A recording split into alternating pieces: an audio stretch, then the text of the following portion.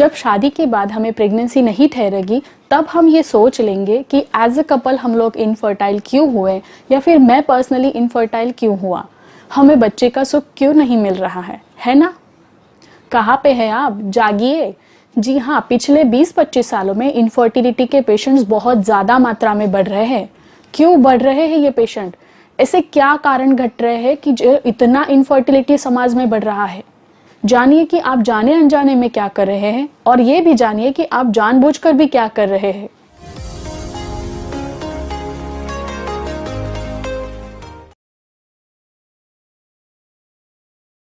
नमस्कार, मैं हूं डॉक्टर मृणालिनी मनोज और आप हमारे साथ जुड़े हैं बिकॉज हेल्थ इज हियर। पुरुषों में निसंतानता इस विषय पर हमने आपके साथ ऑलरेडी 2 वीडियोस को शेयर किया है। उसका लिंक मैं डिस्क्रिप्शन बॉक्स में नीचे दे दूंगी, अगर आपने नहीं देखा है तो प्लीज डू चेक। फिर भी सवाल ये रह जाता है, अगर किसी पुरुष में बाल्यावस्था में, कौमारावस्था में, यौवनावस्था में कोई भी गंभीर बीमारी नहीं थी, कोई जन्मजात विकृति उनमें नहीं थी, तो वो पुरुष इनफर्टाइल क्यों हुए। इनफर्टिलिटी की अगर बात करें तो पिछले 20-25 सालों में उसका प्रमाण ऑलमोस्ट डबल होता नजर आ रहा है। जी हाँ, उसमें सबसे ज्यादा अगर इम्पोर्टेंट फैक्टर कोई हम देखें तो वो है हमारा बदलता हुआ लाइफस्टाइल। आइए वीडियो को शुरू करते हैं। सबसे पहले हम बात करेंगे फूड पे। जी हाँ, खाना, fast food, street food, processed food, preservative added food, इन सब की मात्रा हमारे खाने पीने में जीवन में बहुत ज़्यादा बढ़ गई है। आप तो जानते हैं कि ये सारे फूड्स में एडिटिव्स बहुत ज़्यादा मात्रा में यूज़ होते हैं, और हम ये मान के चलते हैं कि ये फूड एडिटिव्स जो होते हैं वो हमारे हेल्थ के लिए अच्छे होते हैं, वो अप्रूव्ड है, टेस्टेड है, तो इट्स सेफ फॉर अस। तो इसकी सच्चाई के बारे में आज हम आपसे कुछ कहना चाहते हैं। इनफर्टिलिटी ये क्रॉनिक कंडीशन हो जाती है, ठीक है। अगर हम इसे आसान भाषा में समझने की कोशिश करें तो जैसे समझ लीजिए कि कोई 1 दिन, 2 दिन, 10 दिन, 15 दिन इस एडिटिव्स वाले फूड को खाए तो वो इनफर्टाइल हो जाएगा, ऐसा नहीं होता है। तो जैसे ये एडिटिव्स रेगुलर इंटरवल में साल, 2 साल, 4 साल खाए जाएंगे तो उसका एक्यूमुलेटिव इफेक्ट, जमा होता होता इफेक्ट दिखाई देता है। जी हाँ, जब वो फर्टाइल एज तक आते आते वो कोटा उनका शरीर का पूरा हो जाता है तो वो एडिटिव्स अपना असर रिप्रोडक्टिव सिस्टम पे, यानी कि बच्चे को जन्म देने की प्रणाली पे अपना असर छोड़ने लगता है। और जब कोई इस तरह का असर XYZ प्रोडक्ट दिखा रहा है, ऐसी न्यूज भी आती है, तो कंपनियां अपना इन्फ्लुएंस यूज करके उन चीजों को दबा देते हैं। शायद आपको याद होगा कि बहुत सारे जैसे चॉकलेट्स में कीड़े दिखना, पैक्ड फ्रूट जूसेस में फंगस दिखाई देना, नूडल्स के कितने सारे वीडियोस पीछे वायरल हुए थे, याद है आपको। लेकिन फिर भी बड़े बड़े एक्टर्स उसका एडवर्टाइजमेंट करते हैं, वो मार्केट में बिकते हैं और हम उसे खा रहे हैं। क्यों? चलिए मैं आज आपके साथ इस तरह के कुछ 3 सबसे डेंजरस एडिटिव्स को शेयर करने वाली हूँ, उसे ध्यान से सुनिएगा। सबसे पहला एडिटिव है MSG, मोनोसोडियम ग्लूटामेट। इसका कोड है E621 या फिर 621।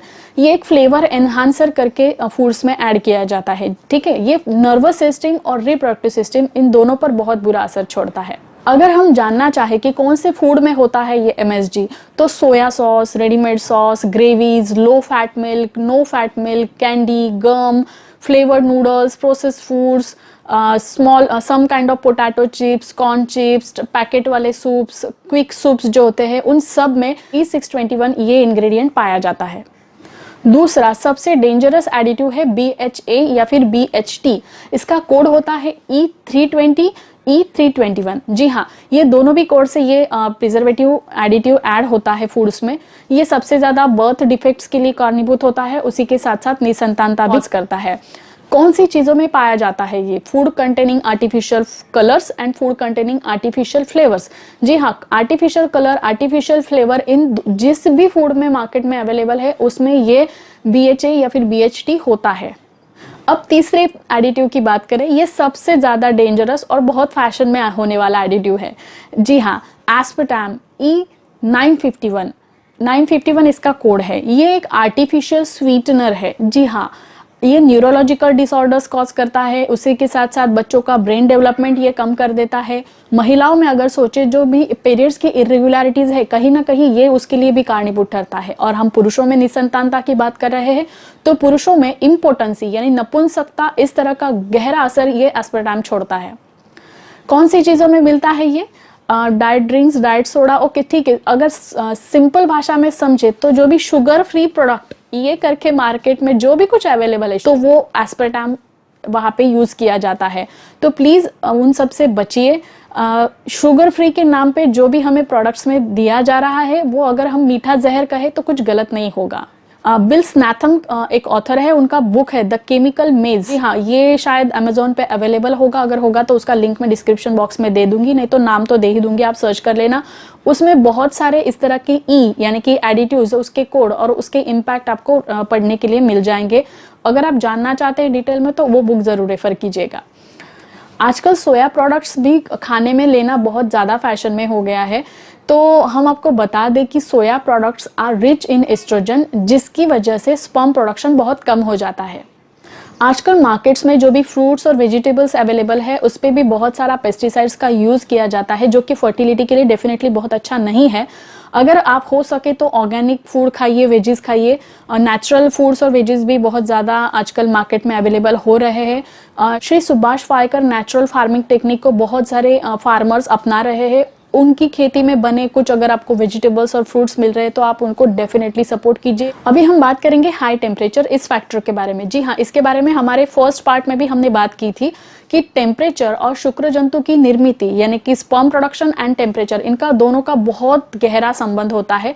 स्पर्म प्रोडक्शन प्रक्रिया के लिए टेम्परेचर हमेशा 34 टू 35 डिग्री इतना लगता है और पुरुषों का बॉडी टेम्परेचर 37 डिग्री होता है, ठीक है।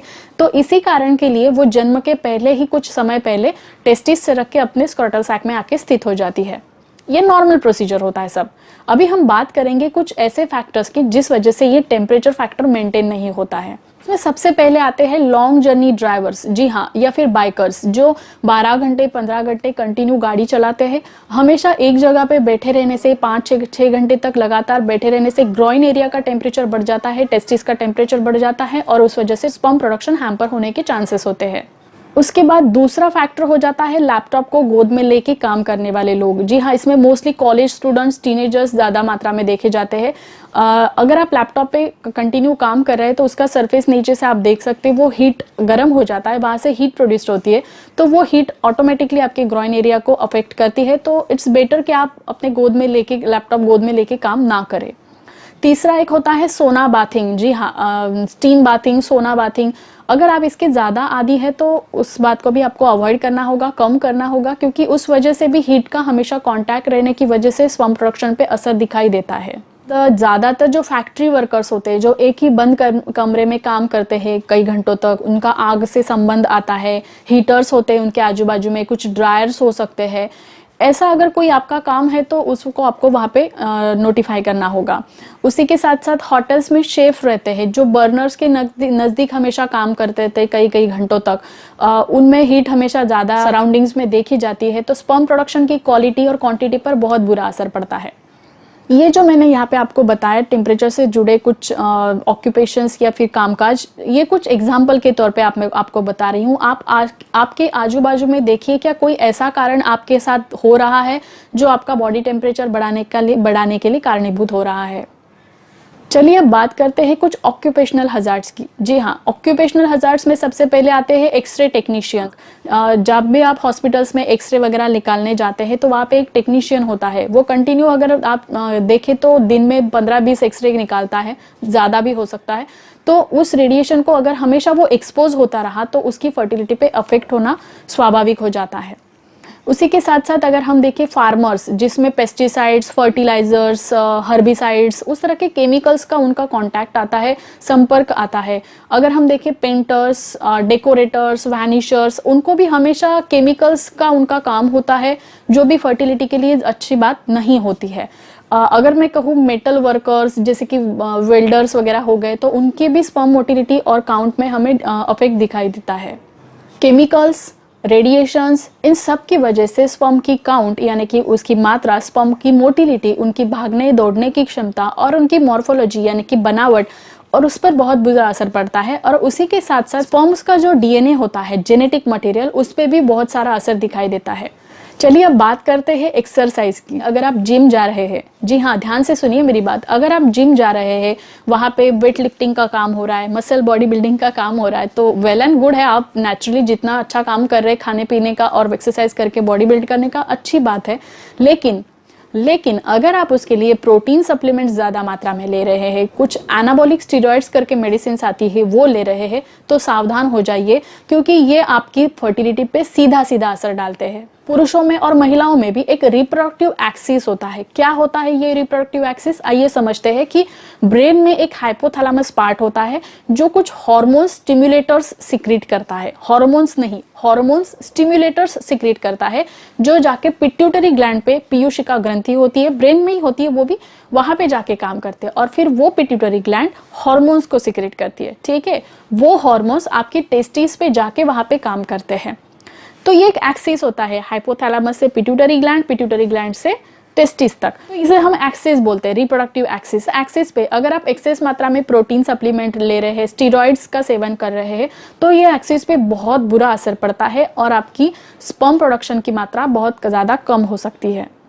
स्ट्रेस, जी हाँ, अगर आप देखें तो स्ट्रेस लेवल आजकल बहुत ज़्यादा बढ़ गया है। बिजनेस ग्रो करने का टेंशन, फाइनेंसेस का टेंशन, स्टडीज़ का टेंशन, एग्जाम्स क्रैक करने का टेंशन, फैमिली में रिलेशन ठीक नहीं है तो उसका टेंशन, जॉब में टारगेट कंप्लीट करना है, कॉर्पोरेट इंडस्ट्री में है आप तो उसका टेंशन। बहुत सारी वजह है, कई और भी, कि जिस वजह से आजकल टेंशन, स्ट्रेस बहुत बढ़ता जा रहा है। लेकिन स्ट्रेस मैनेजमेंट बहुत ज़रूरी है, नहीं तो ये आपको फर्टिलाइजिंग पोटेंशियल को बहुत कम कर देता है। जी हाँ, आप रिलैक्सेशन एक्सरसाइज ट्राई कीजिए, जिस वजह से जैसे डीप ब्रीदिंग, प्राणायाम, एक्सरसाइज, छोटे छोटे योगा आसन, दीर्घ श्वसन, मेडिटेशन, उस वजह से आपको बहुत ज़्यादा हेल्प मिलेगी। एडिक्शंस, जी हाँ, सब जानते हैं, लेकिन हम यहाँ पे सीधी सीधी बात करेंगे। अल्कोहल, स्मोकिंग, टोबैको और ड्रग एडिक्शंस। जी हाँ, अल्कोहल, हेवी अल्कोहल कंजम्पशंस की वजह से टेस्टोस्टेरोन, एस्ट्रोजन, एफएसएच, एलएच, ये 4 हार्मोन्स होते हैं, पुरुषों में सब प्रणाली को काम करते हैं। इन चारों हार्मोन्स पे निगेटिव इम्पैक्ट होता है। ओके, इस वजह से क्या हो जाता है, टेस्टिस का श्रिंक होना यानी सिकुड़ना शुरू हो जाता है। और जाहिर सी बात है, टेस्टिस अगर श्रिंक हो गई तो स्पर्म काउंट, स्पर्म की मोटिलिटी, स्पर्म की मॉर्फोलॉजी, बनावट, सब पे बहुत बुरा असर पड़ेगा। और सबसे इंपॉर्टेंट जो जेनेटिक मटेरियल होता है स्पर्म्स का, डीएनए, उस पर भी बहुत गहरा असर पड़ता है। दूसरा एक इम्पैक्ट हेवी अल्कोहल कंजम्पशन का ये हो जाता है पुरुषों में लॉस ऑफ लिबिडो, यानी शारीरिक संबंध बनाने की इच्छा कम हो जाना। तीसरा असर होता है अर्ली इजैकुलेशन या फिर डिक्रीज्ड इजैकुलेशन, यानी वीर्य का शरीर के बाहर जल्दी आ जाना। इस तरह के निगेटिव इम्पैक्ट आपके शरीर पे अल्कोहल छोड़ता है। बात करते हैं स्मोकिंग और टोबैको की, तो स्मोकिंग और टोबैको में count, motility, morphology definitely hamper होती है। आप किसी भी मात्रा में टोबैको खाओ, च्यूइंग करके, स्मोकिंग करके, उसका असर तो होना ही है। तीसरे एडिक्शन की अगर हम बात करें, जैसे कि मैरिजुएना, कोकेन या फिर कोई और ड्रग एडिक्ट्स, तो इसमें सबसे ज़्यादा इफेक्ट तो ऑब्वियसली काउंट, मोटिलिटी, मॉर्फोलॉजी, तीनों पे दिखता है सबसे ज़्यादा। लेकिन वायबिलिटी यहाँ पे मैं मेंशन करना चाहूँगी, कैपेसिटेशन में मेंशन करना चाहूँगी कि जो स्पर्म्स को जिंदा रहने की एक ताकत होती है, ये वहाँ पे बहुत ज़्यादा कम हो जाती है। ठीक है, और एक बात ऐड करना चाहूँगी, ध्यान से सुनिएगा, इन सब ड्रग एडिक्ट्स की वजह से या फिर एडिक्शंस की वजह से जो भी इम्पैक्ट आपकी फर्टिलिटी पे लेवल पे होता है, स्पर्म्स पे, स्पर्म प्रोडक्शन पे जो भी इम्पैक्ट होता है, वो इरिवर्सिबल चेंजेस होते हैं। मतलब कि अगर एक बार वो डैमेज हो गया और आपको ध्यान में आया बाद में कि अब ये डैमेज हो गया है, तो आप कितना भी मेडिसिन लेके या फिर किसी भी अच्छी तरह से प्रॉपर डाइट लेके, कोई भी डाइट फॉर्म खा के, किसी भी तरह से ये वापस से अच्छा होता नहीं है, ये परमानेंट डैमेज हो जाता है। सो अगर आप किसी भी एडिक्शंस की आदी है तो प्लीज़ बी अवेयर। अब बात करते हैं मेडिसिनल एब्यूज की। जी हाँ, जैसे कि anti androgens, anti psychotic drugs, anti depressants, supplementary testosterone या फिर एनाबॉलिक स्टेरॉइड्स, इस तरह की कई मेडिसिन का इस्तेमाल करने की ज़रूरत हमें पुरुषों में पड़ सकती है। लेकिन उसका लेने की अगर ज़रूरत भी है तो आप उन मेडिसिन को हमेशा डॉक्टर्स के सुपरविजन में ही लीजिए, उनके सलाह से लीजिए, क्योंकि अगर गलत तरीके से इन मेडिसिन का सेवन किया गया तो उसका असर फर्टिलिटी एक्सिस पे और फर्टिलिटी पे पड़ता है। पुरुषों में इसका सबसे ज़्यादा साइड इफेक्ट इन मेडिसिन का जो दिखता है वो होता है लॉस ऑफ लिबिडो, और उसको किस मात्रा में देना चाहिए, कब तक देना चाहिए, ये डॉक्टर्स को अवेयर होते हैं वो लोग, तो उनके हिसाब से ही, उनकी बताई हुई मार्ग से ही आपको ये मेडिसिन का सेवन करना है। ठीक है, हमने पुरुषों में निसंतानता, कॉजेस ऑफ मेल इनफर्टिलिटी, इस विषय पर आपके साथ अब तक 3 वीडियोस को शेयर किया है। हॉस्पिटल्स में हम जब पेशेंट्स देखते हैं तो सबसे ज़्यादा दिखने वाले जो कारण होते हैं, जो निग्लिजेंस की वजह से होते हैं या फिर जाने अनजाने में पेशेंट्स उन कारणों का शिकार हो जाते हैं, उन सब कारणों को हमने आपके साथ शेयर किया है। इसके अलावा भी मेल इनफर्टिलिटी के कई और कारण भी है।